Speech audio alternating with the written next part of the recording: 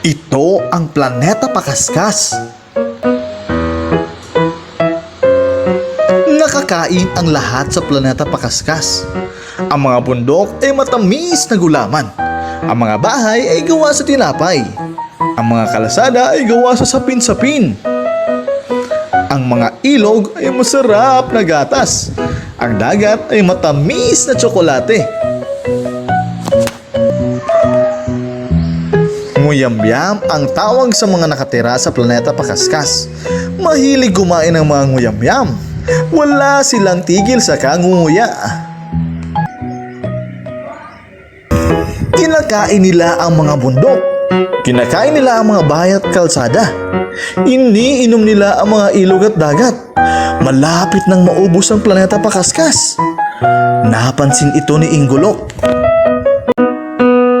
Sabi ni Inggolok, Mga kaibigang nguyamyam, tigilan na natin ang sobrang pagkain.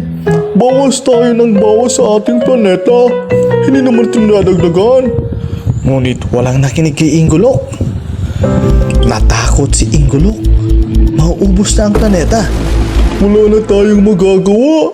Kailangan na nating iwan ang ating tahanan. Malungkot na sabi ni Inggolok sa kanyang mga anak. Lumipad si na Inggolok sa kalawakan. Pagsilip nila sa bintana, nalungkot sila sa kanilang nakita. Kalahati na lang ang planeta Pakaskas. Sigaw ni Inggolok.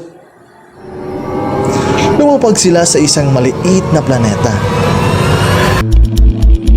Kitang-kita ni na Inggolok ang planeta Pakaskas. Ito ay patuloy na lumiliit. Si Inggolok ay napaiyak nang maglaho ang planeta Pakaskas. Wala na ang planeta Pakaskas. Malungkot na wika ni Inggolok.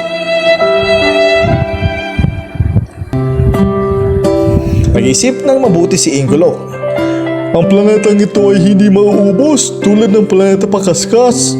Sabi ni Inggolok sa kanyang mag-anak. Ang planetang ito ay ating tahanan.